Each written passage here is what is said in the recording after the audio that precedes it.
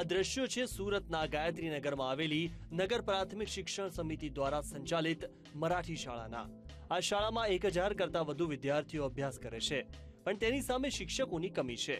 પરિસ્થિતિ એવી છે કે એક શિક્ષક એક સાથે 2 વર્ગના વિદ્યાર્થીઓને ભણાવે છે, જેના કારણે ક્લાસરૂમમાં બેસવાની જગ્યા પણ નથી બચતી। હાલમાં આ શાળામાં 16 શિક્ષકો છે અને હજુ 9 શિક્ષકોની ઘટ છે।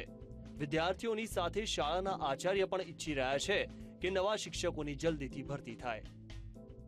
અમારે ત્યાં 17 વર્ગો છે અને 17 શિક્ષકો છે, પણ એક શિક્ષક પાસે ડબલ વર્ગ છે, એટલે 6 શિક્ષકોની ઘટ છે।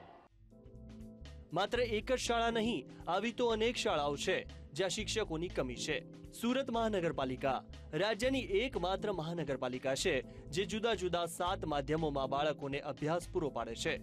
શિક્ષણ સમિતિ દ્વારા સંચાલિત સુરતમાં 293 પ્રાથમિક શાળાઓ છે, જેમાં કુલ 450 કરતા પણ વધારે શિક્ષકોની ઘટ છે।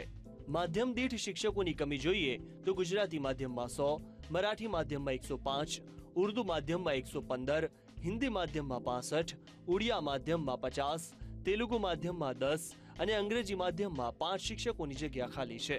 આ પરિસ્થિતિને કારણે જ થોડા સમય પહેલા ભેસ્તાન આવાસની શાળાને વાલીઓએ તાળા મારી દીધા હતા। જો કે બાદમાં શિક્ષકોને શાળામાં મુકાયા બાદ ફરીથી ભણવાનું કામકાજ શરૂ થઈ શક્યું હતું। बच्चों को जरा सा तालीम अच्छी हो चाहिए ना, अपनों को टीचर ज्यादा रहे तो तालीम भी मिले ना। ये तकलीफ है बच्चों को भी, संडास पेशाब पानी की, वो बच्चे घर पे दम पे आते घड़ी घड़ी।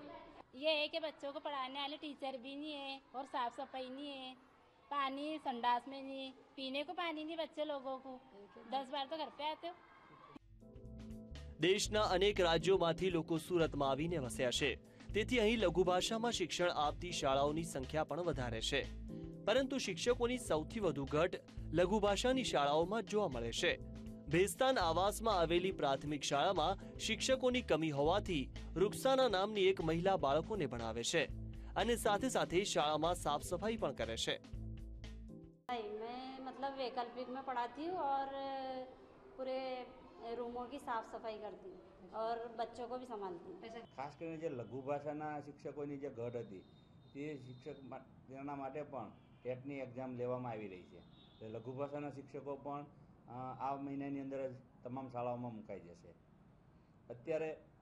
અત્યારે રાજ્ય સરકારે સૌ પ્રથમ વખત પ્રાથમિક શિક્ષણની અંદર ટેટની એક્ઝામ લઈને આચાર્યની નિમણૂક કરવામાં આવી રહી છે અને જેના ભાગરૂપે 50% બઢતીથી અને 50% સીધી ભરતીથી આચાર્યોની પણ નિમણૂક આ મહિનાની અંદર જ કરવામાં આવશે।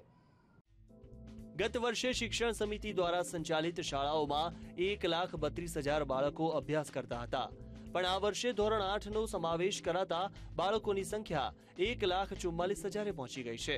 જો કે આ સમસ્યાનો હલ જલ્દીથી આવશે અને આગામી 1 મહિનામાં તમામ શિક્ષકોની ભરતી કરી દેવામાં આવશે તેવું શિક્ષણ સમિતિના ચેરમેનનું કહેવું છે। અત્યારે લઘુ ભાષાના જે શિક્ષકો છે તેમાં ઉર્દુની અંદર 100 શિક્ષક છે, મરાઠીની અંદર પણ 100 શિક્ષક જેવી ઘટ છે, ગુજરાતીમાં એટલી ઘટ નથી, કારણ કે પણ 6 થી 8નું જે અલગ આપણે માધ્યમ અલગ અપર પ્રાઇમરી બનાવ્યું તે અને એમાં વિષય શિક્ષકોની થોડી ઘટ છે। આ વખતે ટેટનું પરિણામ ખૂબ જ ઓછું આવ્યું છે અને તેમાં પણ લઘુ ભાષાના શિક્ષકો તરીકે પાસ થનારા ઉમેદવારોની સંખ્યા ખૂબ જ ઓછી છે।